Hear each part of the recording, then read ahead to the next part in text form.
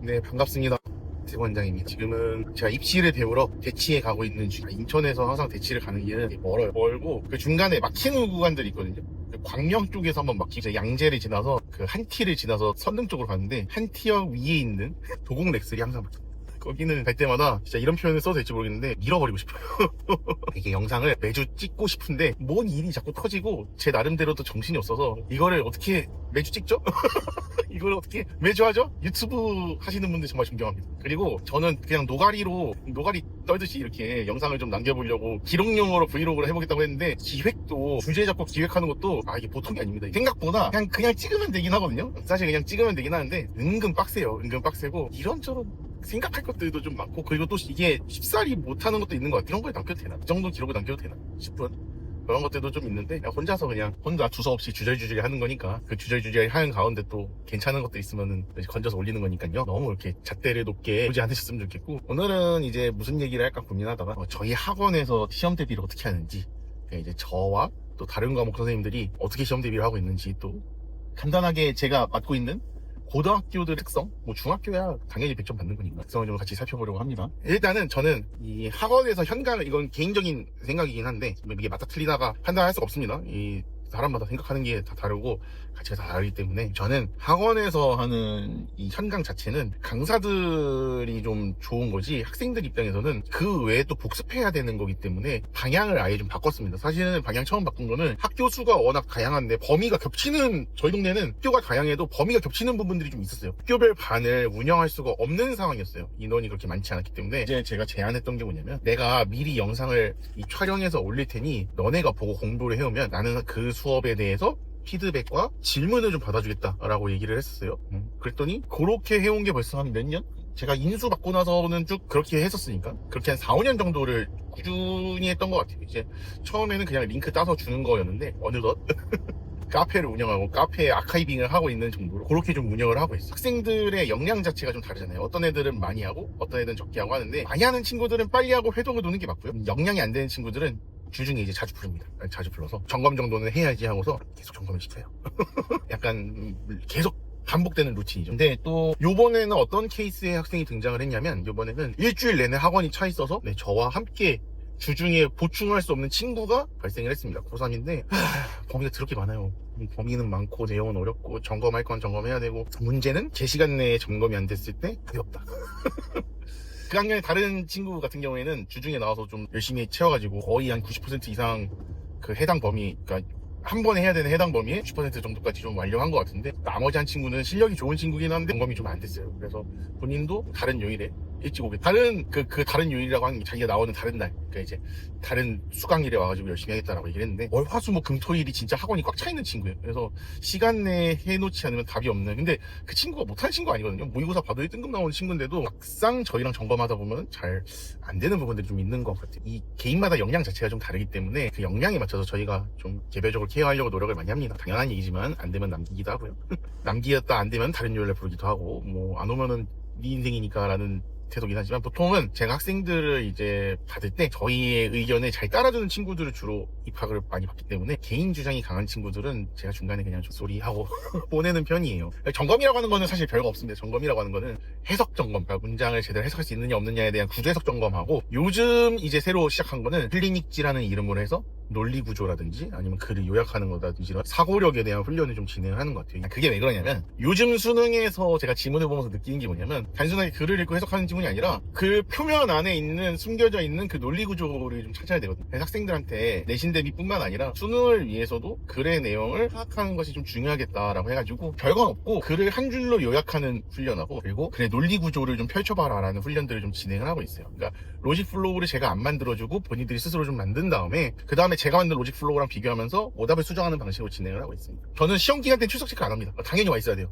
당연히 와 있고, 안 와 있으면은 어디 있니 이런 거 안 하고 바로 집에다 코를 때립니다. 어머니께 바로 전화를 드려서 애가 아직 안 왔다, 어디 있느냐, 바로 물어봅니다. 이게 불필요한 프로세스를 제거해야 오롯이 집중할 수 있거든요. 누구 왔니, 누구 안 왔니, 어디니, 이 과정조차도 좀 없앱니다. 없애고 1시간 정도는 하고 나서 저희랑 공부하고 질문하는 시간을 좀 가져요. 질문을 하고 내가 강의를 들으면서 좀 잘 이해가 안 됐던 부분들, 그런 부분들에 대해서 좀 질문을 하고, 그러고 나서 1시간에서 1시간 반 동안 해석 점검 테스트나 이런 클리닉지 완성하기와 같은 점검 과정들을 진행을 합니다. 이게 학교마다 시험 유형도 워낙 또 다 다르고 문제를 그냥 지문을 가져다 쓰는 학교들도 있고 지문을 바꿔다 쓰는 학교들도 있고 엄청 다양해요. 다양하다 보니까 학교별 유형을 맞추는 게 뭐 중요하긴 합니다. 뭐 파이널 같은 건 좀 중요하긴 한데 좀 웃겼던 웃기면서 슬펐던 얘기가 A 학교에 있는 선생님이 B 학교에 갔어요. 그러니까 A 학교에 있는 선생님이 B 학교를 갔을 때 저희 관내에 있는 정말 옆 학교를 가셔서 그쪽에서 하던 프로젝트를 이 학교 와서 똑같이 하고 계시는 그런 선생님이 또 계셨습니다. 실제로 계셨기 때문에 저는 좀 개인적으로 파이널 만들고 동영 모의고사 만드는 거 이제는 의미 없다고 생각을 해요. 다만 학풍이라는 게 있기 때문에 학교풍이라는 게 있잖아요. 학풍. 어떤 학교는 어떤 문제들이 좀 많이 나온다. 이런 걸 위주로 대비를 좀 시키는 편이에요. 가령 예를 들면 같은 경우에는 교과서나 모의고사 지문을 다시 씁니다. 아예 새롭게 다시 쓰고 주제나 소재는 비슷하게 쓰되 내용을 바꿔버리는 경우들이 많기 때문에 문장 해석과 내용 파악을 위주로 시험 대비를 좀 진행을 하고요. 같은 경우에는 요약문에 대한 서술형 영작이 있습니다. 그래서 요약문 지문들, 특이한 유형들만 말씀드리는 이유는 대부분은 수능형으로 출제가 됩니다. 뭐 우리가 기존에 가지고 있던 주제 제목 주장 유지, 법어휘, 빈칸 순서 삽입, 요약 이런 식으로 출제가 되기 때문에 그런 것을 제외하고 나머지 부분들 좀 독특한 문제 유형들만 좀 같이 가져가고 있는 거예요. 그래서 같은 경우에는 문제들은 거의 대부분 평이한데 서술형에서 서술형 영작 부분이 글의 내용을 요약하고 그 요약문에 대한 요약문 완성에 대한 서술형 영작이 나와요. 그렇기 때문에 그런 것도 좀 잘 준비를 해야 되고 같은 경우에는 어법성 판단 문제, 그러니까 틀린 부분 하나 찾아서 고치는 거랑 전에는 어떤 게 나왔냐면 내용 일치의 개수 고르기, 문법상 어법상 옳은 문장의 개수 고르기 이런 좀 문제들도 출제됐던 이력이 있습니다. 뭐 작년 같은 경우에는 고1은 영영사전도 한 2문제 정도 나왔으니까 싱크빅이죠. 싱크빅. 굉장히 창의력이 넘치는 싱크빅입니다. 싱크빅. 그리고 서술형은 단어 빈칸이 출제가 되는데 당연한 얘기지만 단어가 그대로 나오지는 않고 변형돼서 출제가 돼요. 뭐 가령 예를 들면 우리가 이제 다루다 처리하다라는 단어를 봤을 땐 뭐뭐를 다루다 처리하다 했을 땐 뭐 treat, 핸들, deal with, cope with, take care of, address 이런 단어들이 있을 때 단어를 바꿔서 이렇게 출제를 합니다. 그래서 앞 단어가 바뀌면 학생들이 좀 당황하는 그런 유형들이 보통 등장을 하고요.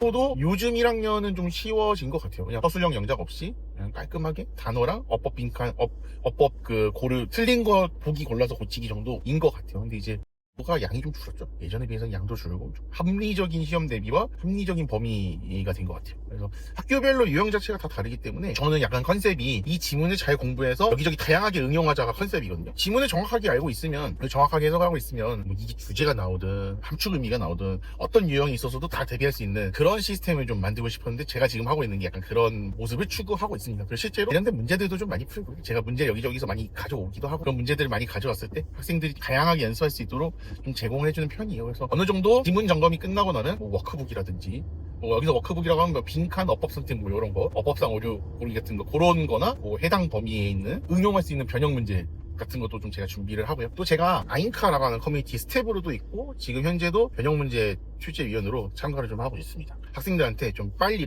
자료들을 좀 줄 수가 있고 좋은 자료, 양질의 자료들을 좀 많이 줄 수가 있고 이런저런 자료들을 구해서 학생들이 연습을 좀 많이 할 수 있게 저도 좀 준비를 해주는 편인 것 같아요. 많은 자료들을 가지고서 준비를 하다 보면은 당연한 얘기지만 학생들의 실력이 느는 게 눈에 보입니다. 쟁점을 좀 하다 보면요. 이렇게 되고 중학교는 뭐 열심히 풀면 됩니다. 제가 보통 중등부는 예전에 제가 학부 다닐 때 교수님이 그 드래프트 시험 볼 때 점 안 찍으면 틀리고 막 그랬었거든요. 그래서 저도 거기서 창안을 해서 이 영작을 보거든요. 중등부는 살벌합니다. 그래서 영작을 볼 때 대문자 틀려도 틀리고 문장부 안 쓰는 것도 틀리게 할 정도로 좀 꼼꼼하게 본문 대비 좀 시켰던 것 같아요. 시키고 오히려 저는 문법은 쉬워요. 중등부는 문법은 쉬운 게 그냥 뭐 사실은 문법은 평소에 하던 대로 하면 되는 거여서 그렇게 막 어렵게 하지는 않는 것 같고 문법은 오히려 좀 쉽게 잘 적용을 하는 것 같고 대화문이나 본문은 좀 이게 사회학이긴 한데 중등부 시험 대비는 사실 실력보단 노력이 맞는 것 같아요. 실력보단 노력이 맞는 것 같고 열심히 외우면 됩니다. 근데 이제 성실도가 부족하면 점수가 안 나와요. 그래서 저는 중학교 영어는 100점을 좀 공부를 잘하고 싶은 친구들 같은 경우에는 진짜 노력하면은 모든 학기 100점을 맞는 게 솔직한 말로 엄청 어려운 건 아닌 것 같아요. 고등부에서 100점 맞는 것보다는. 근데 100점이라는 것 자체가 좀 어려워요. 이 약이 역설적이죠. 100점 맞는 게 어렵지 않은데 100점이라는 게 어려운 게 뭐냐면 사람이니까 실수를 또 할 수가 있잖아. 실수를 할 수가 있는데 실수를 안 하고 내가 알고 있는 것들을 정확하게 확인해서 문제를 풀려면 그만큼의 연습이 또 있어야 되고 그만큼의 여유가 또 있어야 되는 것 같아요. 내가 알고 있는 거를 정확하게 펼 수 있느냐 없느냐에 대한 그런 여유가 있어야 되는 것 같고 저는 보통 중등부 시험 대비하면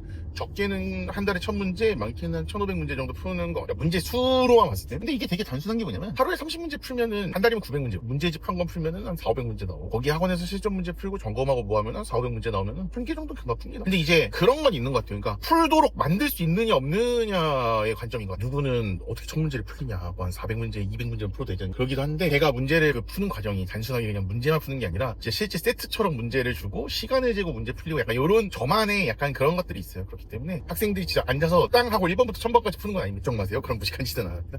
우리 중학생들 데리고. 그런 무식한 짓은 절대 안 하고, 그냥 어느 순간 돌이켜보니, 이제와 돌이켜보니, 문제 이렇게 많이 풀었나 싶을 정도로, 그 정도는 시키는 거 잘 따라옵니다. 잘 따라오고, 열심히 잘해주는 덕분에 문부 시험 대비는 학생들이 열심히 하면 금방 잘 할 수가 있는 것 같아요.